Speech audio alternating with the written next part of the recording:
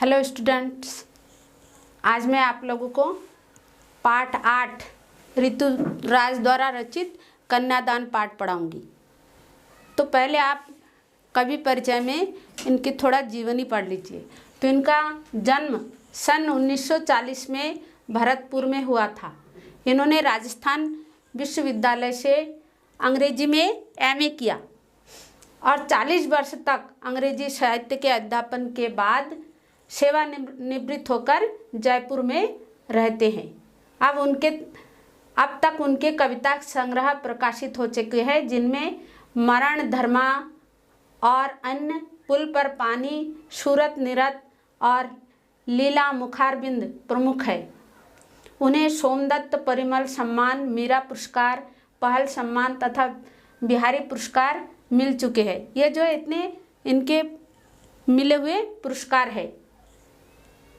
इन्होंने जो है मुख्य धारा से हटकर आज के युग में जो समाज में विषमताएं हैं उस पर प्रकाश डाला है। तो आप इनके द्वारा रचित कन्यादान पाठ आज पढ़ेंगे।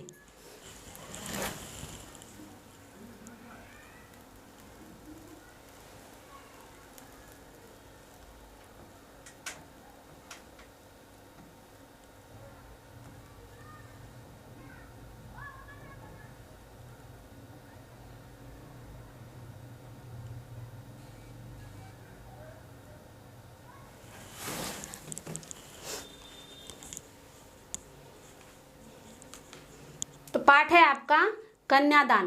तो पहले आप समझिए, कन्यादान माने लड़की का दान करना। कितना प्रमाणिक था उसका दुख लड़की को दान में देते वक्त, जैसे वही उसकी अंतिम पूंजी हो। लड़की अभी सयानी नहीं थी, अभी इतनी भोली सरल थी कि उसे सुख का आभास तो होता था, लेकिन दुख वाचना नहीं आता था। पाठिका थी वह धुंधले प्रकाश की, कुछ तुकों और कुछ लयबद्ध पंक्तियों की। तो आप पहले इतना समझेंगे, एक माँ जब अपने बेटी का कन्यादान करती है तो उसके मन में क्या दुख होता है और क्या क्या सोचती है, क्या क्या अपनी बेटी को सीख देती है। तो आज यही कवि ने यहाँ प्रस्तुत किया है और आज के संदर्भ में क्या क्या सीख लड़कियों को देना चाहिए। तो क्या है, कितना प्रमाणिक था उसका दुख लड़की को दान में देते वक्त। कवि कहते हैं कि एक माँ जब अपनी लड़की का दान करती है तो उसका दुख कितना प्रमाणिक होता है, कितना सत्य होता है, इसको कोई दूसरा नहीं जान सकता है। लड़की को दान में देते वक्त जैसे वही उसकी अंतिम पूंजी हो।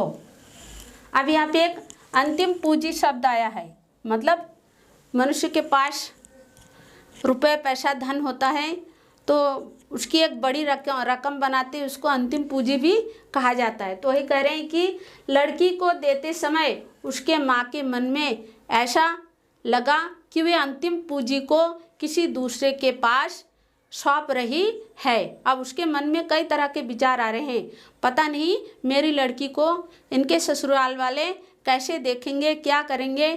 तो इसलिए उनके मन में, माँ के मन में अनेक प्रकार के सोच विचार आ रहे हैं।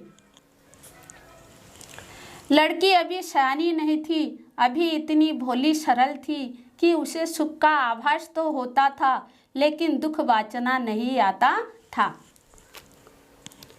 लड़की अभी सयानी नहीं थी, मतलब उनकी जो लड़की थी उसकी उम्र जो है शादी के लायक नहीं थी, अभी तक सयानी नहीं हुई, अभी इतनी भोली सरल थी और परिपक्व उम्र पूरी ना होने के कारण वो बहुत ही भोली और सरल सीधी साधी थी कि उसे सुख का आभास तो होता था, लेकिन दुख वाचना नहीं आता था।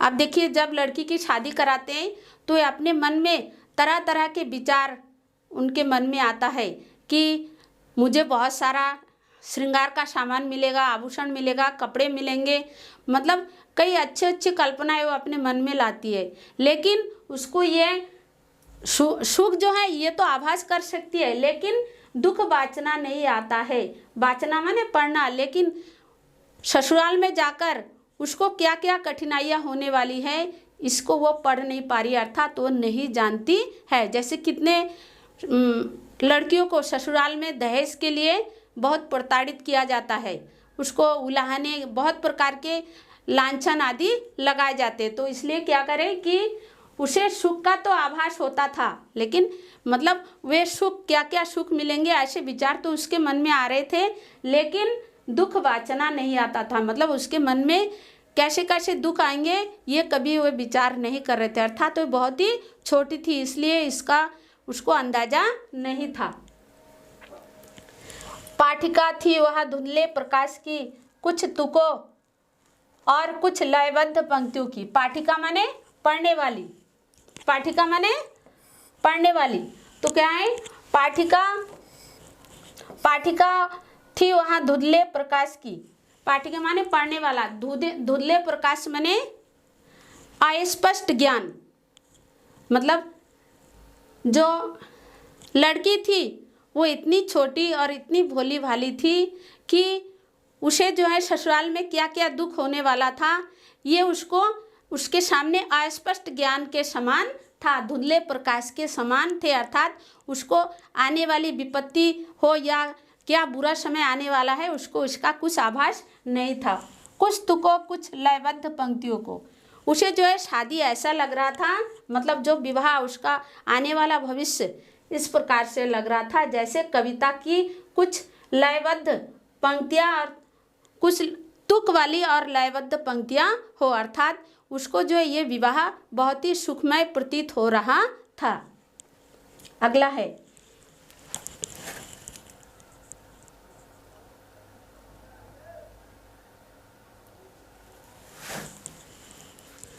माँ ने कहा पानी में झांककर अपने चेहरे पर मत रीझना, आग रोटियां सेकने के लिए है, जलने के लिए नहीं।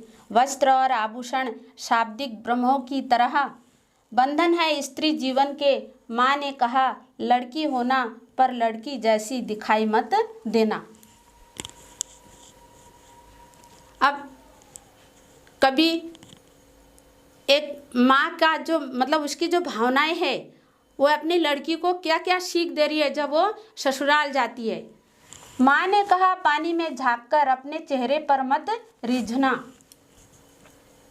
माँ ने अपनी लड़की को क्या कहा कि बेटा तुम जब कुएं में पानी भरने जाते हो या अपना जो है चेहरा दर्पण के सामने उसके प्रतिबिंब में अपने चेहरे को देखकर कभी भी अपने चेहरे पर मत रीझना, मतलब अपने सुंदरता पर घमंड मत करना, क्योंकि अगर तुम ऐसा करोगे अब कुएं में अपने प्रतिबिंब को देखोगे हो सकता है कि आप कभी उसमें डूबकर ही मर जाओ।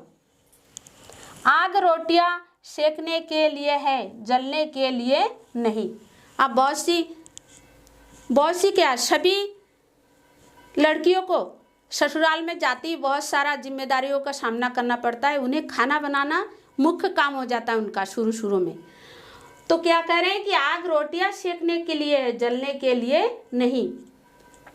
बेटी को क्या सीख दे रही है कि जो आग है वो रोटी सेकने के लिए है, ना कि जलने के लिए। अर्थात बहुत से लड़कियों को दहेज के प्रलोभन में आकर प्रताड़ित करते हैं और उनको जला भी देते हैं, या कोई लड़कियां ऐसी भी होती है बहुत सारी जो इतना प्रताड़ित जब सहने नहीं पाते हैं तो वे अपने आप को आग से जला भी लेती है। तो ही कह रहे कि माता कि हे बेटी आग रोटियां सेकने के लिए होती है, ना कि जलने के लिए। वस्त्र और आभूषण शाब्दिक ब्रह्मों की तरह बंधन है स्त्री जीवन के। अब देखिए लड़कियां क्या होती हैं, बहुत जल्दी ही वस्त्र और सुंदर आभूषण को देखकर उसमें भ्रमित हो जाते हैं, उसको मोह हो जाता है। तो माता क्या कर रही है कि वस्त्र और आभूषण को देखकर तुम उसके भ्रम जाल में या मोह में मत फंसना, उसके शाब्दिक भ्रम में मत फंसना। बंधन है स्त्री जीवन के, ये जो है स्त्री जीवन के बंधन है। बहुत से व्यक्ति क्या करते हैं, स्त्रियों को वस्त्र आभूषण का प्रलोभन देकर पूरा जीवन भर उसको पराधीन बनाकर रख देते हैं। तो माता क्या करिए, तुम वस्त्र और आभूषणों के भ्रम में मत पड़ना, क्योंकि ये तुमको पराधीन भी बना सकते हैं। तुम इसके भ्रम में ना रहकर स्वतंत्र रूप से जीवन यापन करना। माँ ने कहा लड़की होना पर लड़की जैसी दिखाई मत देना। माँ ने और एक क्या सीख दी कि बेटी लड़की होना मतलब अक्सर क्या देखा जाता है, लड़कियों में दया, करुणा, प्रेम की भावना, सहानुभूति की भावना अधिक होती है और उसका फायदा उठाकर लोग जो है उससे अनुचित कार्य करवा लेते हैं या उनका शोषण, दैहिक मानसिक रूप से शोषण करते। तो माँ क्या करिए, तुम अपने अंदर लड़की के जितने गुण हैं, दया, करुणा, ममता आदि गुणों को लिए रहना, लेकिन ऊपर से ये किसी को भी पता चलने मत देना। तुम्हें जो है कठोर बन के रहना है, अपने गुणों को, लड़कियों में जितने गुण हैं वो अपने अंदर तो समाना है, लेकिन ये ऊपर से मत दिखाई देना, क्योंकि तुम्हें जो समाज है उसका संघर्ष करना है और आगे की ओर बढ़ना है। अब देखिए बच्चों, मैं आपको इस पाठ का प्रश्नोत्तर भी पढ़ाने जा रही हूँ। आपके विचार से माँ ने ऐसा क्यों कहा कि लड़की होना पर लड़की जैसी मत दिखाई देना।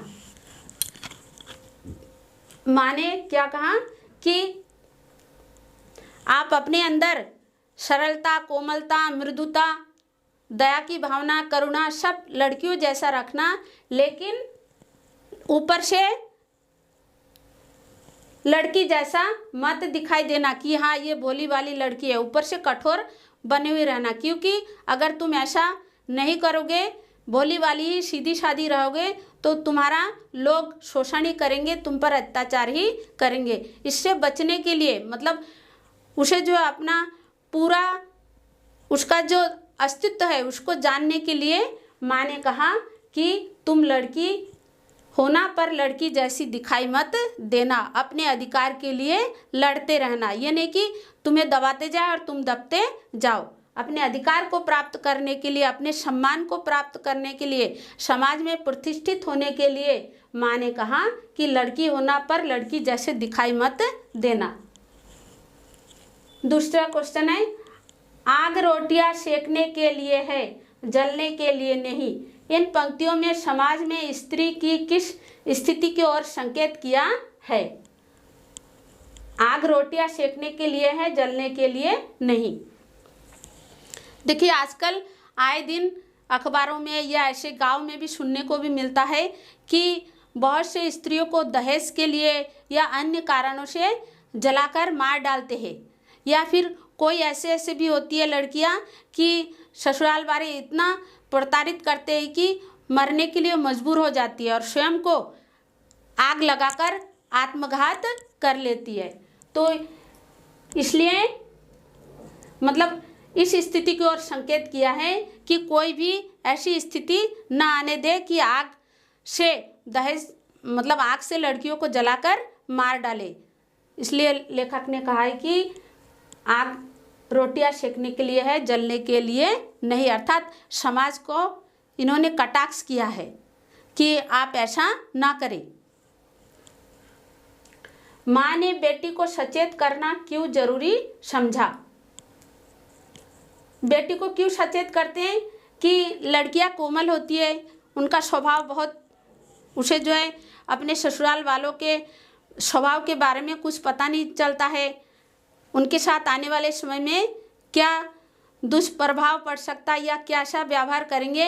इसलिए उनको पहले से ही सचेत कर दिया कि तुम जो है अपने अंदर करुणा भाव रखो, लेकिन लड़की होने जैसा मत दिखाओ, अर्थात ऊपर से कठोरता दिखाओ जिससे कि तुम्हारा कोई नुकसान ना उठा सके। इसलिए उन्होंने लड़की को सचेत किया। पाठिका थी वहाँ धुंधले प्रकाश की, कुछ तुकों और कुछ लयबद्ध पंक्तियों की। इन पंक्तियों को पढ़कर लड़की की जो छवि आपके सामने उभर कर आ रही है उसे शब्दबद्ध कीजिए।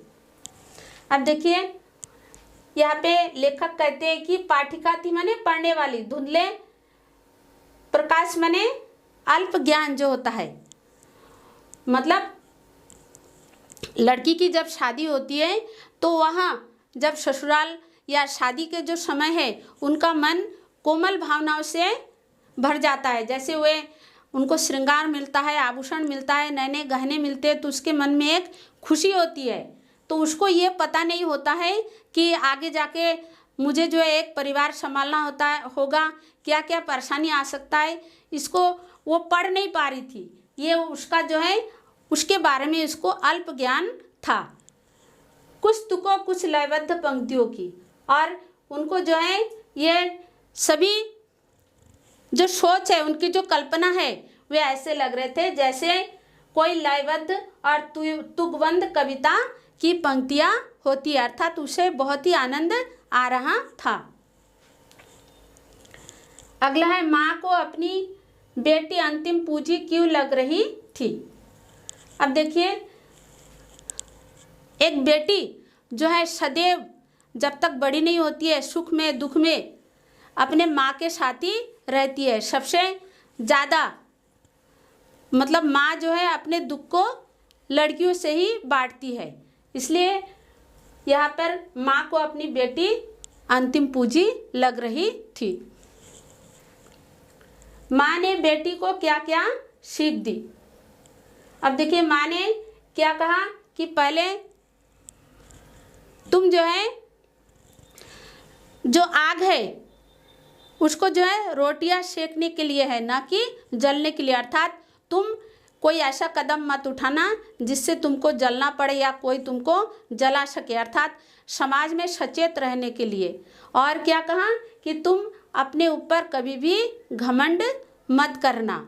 और भी कई सारे इसमें है कि जो लड़की की तरह दिखाई देना, लेकिन तुम मतलब मन में लड़कियों जैसी भावनाएं रखना, लेकिन ऊपर से ये मत दिखाना कि मैं लड़की हूँ, जिससे कि तुम्हें कोई तुम्हारा नुकसान पहुंचा सके। इस प्रकार से कई सीख माँ ने अपनी बेटी को दी।